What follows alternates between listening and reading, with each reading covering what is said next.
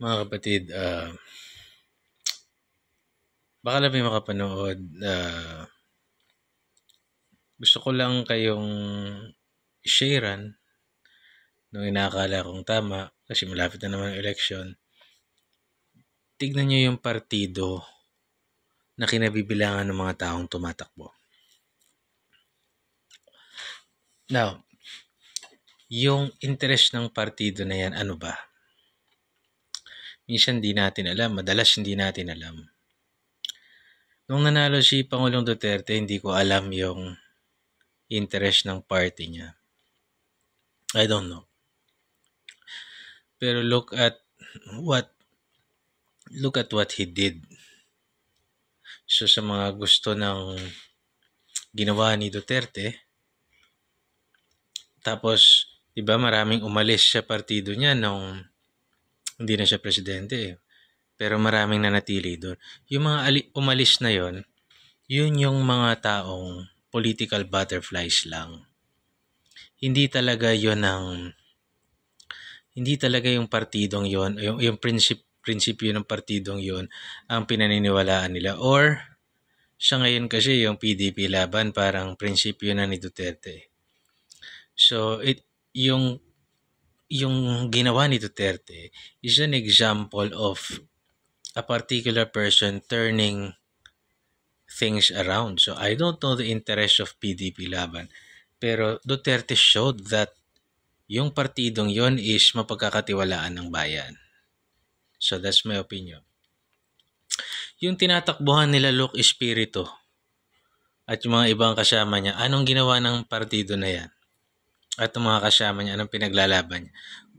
Pinklawan yan. Gusto nyo ba yan? So nasa sa inyo yan. Lahat ng tumawid doon sa partido naman ni Bongbong, sila na yung pinakamalakas ngayon eh. Dahil siya yung nakaupo. Ang daming tumawid doon. Ang dami galing kay Duterte tumawid doon. Mga walang prinsipyo. Anong ginawa ng partidong yan historically? At anong ginagawa nila ngayon? Ngayong nakaupo sila. So, ang mga tatakbo dyan, sila Tulfo, sila Bong Revilla ata, sila Pacquiao ba? Ewan ko. So, anong ginawa nila? Anong sinulong niya mga yan? Gusto nyo ba sila? So, kung gusto nyo sila, it's up to you. Pero it is very important to look beyond dun sa personalities. Tignan nyo, ano ba yung pinaglalaban ng partidong itong sinalihan niya. Ngayon, kung ang isang personalidad ay sumali sa isang partido out of convenience, I don't wanna judge, pero kayo na rin ang bahala bilang mga botante. Kaya lang kasi hindi ako naniniwala masyado dun sa mga... Meron din kasi mga tao, I think Duterte na hinahangaan ko is also a part of another party before. Pero nung nakita niyang hindi na tama, lumipat siya. So may ganon din eh. You cannot really say. Pero like sa party list representation, yung personality na yon, hindi yan titiwalag doon sa gusto ng partido niya. Ano yung nilalaban nung party list niya.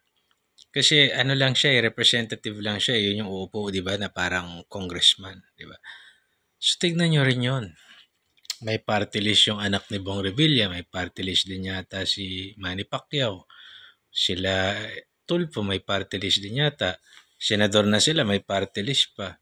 Tsaka yung kung ano-ano pang party list. Tignan nyo. Tignan nyo yung tunay na pinaglalaban niya mga yan. Tignan nyo rin yung personalidad. Pero tignan nyo more than the personality is kung saang party siya belong. Kasi malamang sa malamang, hindi tumitiwalag lang sila sa hangarin ng partido nila pag hindi na ganito yan. Yung mga hardcore pinklawan, for example, liberals, yung kagustuhan ng partido nila, yun ang sinusunod nila. Hindi yan tumitiwalag. Very loyal sa interest ng party. Kasi sa Amerika, dalawa lang naman eh. Democrats and liberals. Funding ng Amerika yung hinahangad niya mga yan eh. So, doon sila nakatutok.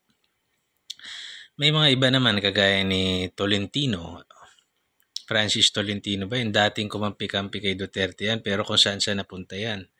Nagdilaw, nag-PDP laban ata, ngayon nandyan siya kay Marcos. Yan yung mga wala namang prinsipyo yan. Basta kung saan convenient, doon sila sasali. So, tignan nyo yung maigi, mga kababayan. Kasi alam nyo, ako sinuportahan ko si BBM last election kasi very critical sa akin yung continuity. Pero sinira niya eh. Pinagsisira nila yung legacy ng Duterte. So, sa mga nasiyahan nung panahon ni Duterte, nasiyahan sa mga pinaglalaban ni Duterte na sa opinion ko para sa bayan naman, ay bumoto na kayo ng straight. Kung maghahalo-halo ka pa ng mga taga-ibang partido dyan sa kanila. Ako, ganun ako dati. Tinitingnan ko yung personalidad. Uy, si ganito, medyo gusto ko. Kahit liberal. Pero hindi. Walang gagawing... Ako dati gusto ko si Chel Jokno. Nung nakita ko, isa lang sinusulong nito. Gusto ko pa rin naman siya sa mga advice niya sa batas. Para sa ordinaryong tao. Pero bilang isa sa mga magiging senador, for example lang, kung saan isa siya sa mga mag-i-steer, kung saan direksyon pupunta yung bayan, ay hindi.